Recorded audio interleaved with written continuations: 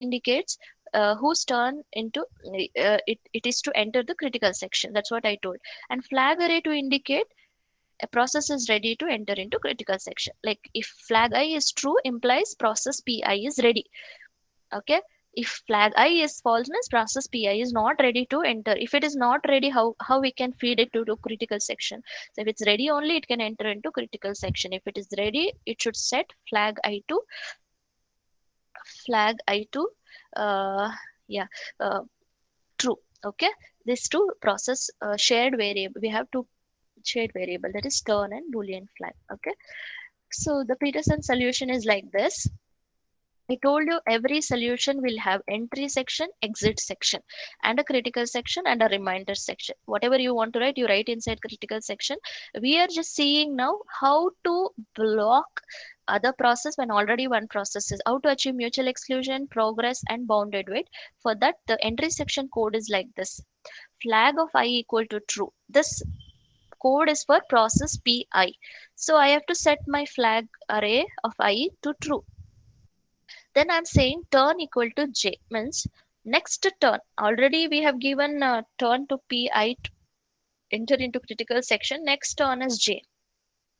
Okay. So I told you in critical section you have to write code in such a way that you have to block process pj. When process pi is trying to enter critical section is free, right?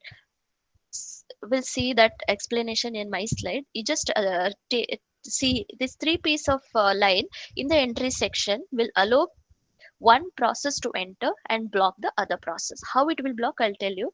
Then I have a critical section. After executing critical section, process pi should set flag to false because it's done executing. So if it is ready only, it should be set to true. When it is entered and exited, it should be set to false and reminder section. Now we'll see this piece of code, how mutual exclusion is achieved and how progress is achieved. I'll show you here. So mutual exclusion is what? Only one process can enter, other process should be blocked. And I told you Peterson solution is a software based solution where only two process could be handled. Okay. So I explained you taking a two process pi and pj. Consider first pi tries to enter the critical section. So flag I is true. Turn should be set to j because once pi is entering, next turn is j. Now when p flag of I is true, flag of j is false, right? Flag of I is true, turn is j, flag of j is false. It's not ready because I told only pi is ready now. So false. And turn equal to j. What is turn now? We have set turn it I, right? I equal sorry j, right? J equal to j is true, correct? So false and true results in false, correct? True table, false and true is false. So when this is false, I am not going into a infinite loop. I am exiting from the while and I am entering into critical section. Who is entering now to critical section? Process pi enters into critical section. Okay. Please concentrate here. It's not like your normal code. You have to concentrate here with respect to how to block pj when pi is entering into critical section.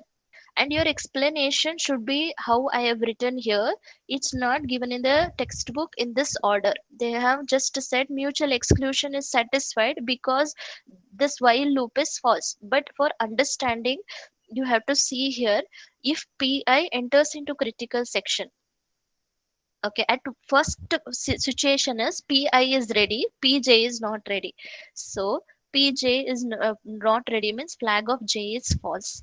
False and true gives you false, so you pi enters into critical section.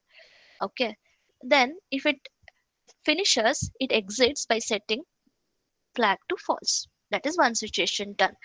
Second situation is consider pi enters, it is in the critical section. In the at the same time, if pj try to enter means it's ready, then flag of j will be set to true, right?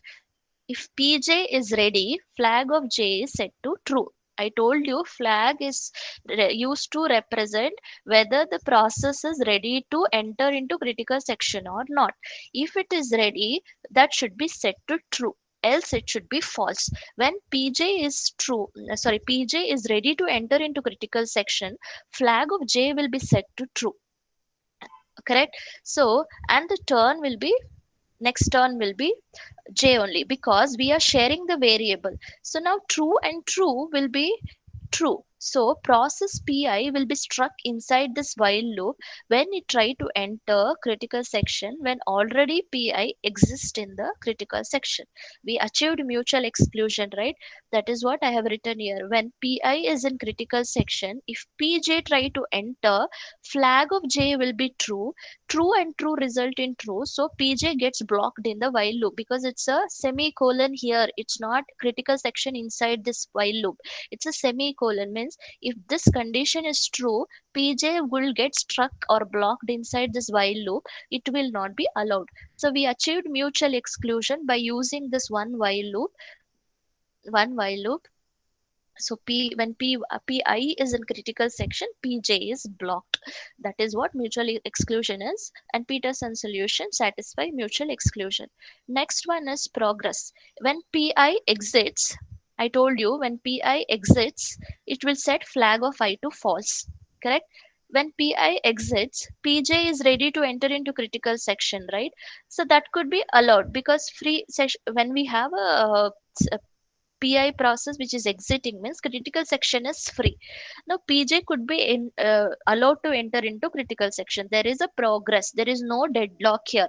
So when that is a PI is exiting, critical section is free. Now PJ can enter.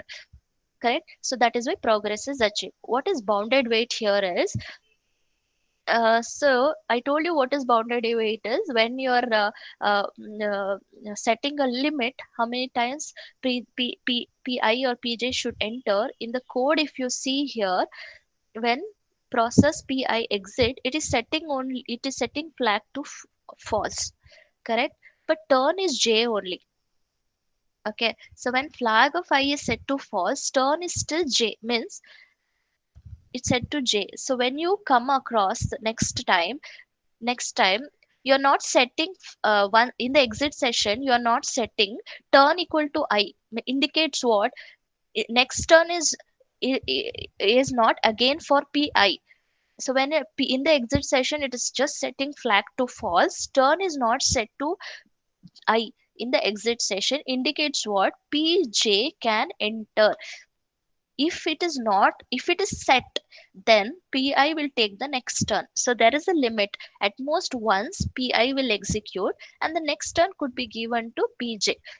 Okay, so to understand this, uh, I have written here Pi exits, it sets flag of I to false, but it's not setting turn to I. Still turn is J only, so Pj can enter into the critical section. So it's Pj also will get the turn because we are not setting turn equal to I in the exit section. We are setting only flag to I. So there is a limit on how many times Pi should execute. At most once it executed and it exited. So next turn could be given to Pj. That is why Peterson's problem solves all the uh, three requirement. For this chapter, you need to at least study 2 or 3 times. Then only it will sink into your head.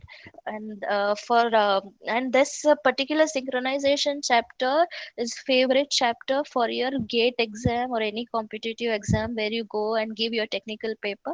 Synchronization, that is my semaphores, mutex, test set, swap, everything, and the Peterson solution, that code what I told, no, that while loop statement, for that 2 or 3 questions will you can find in the gate exam. Next solution is uh, so we are done 57 already.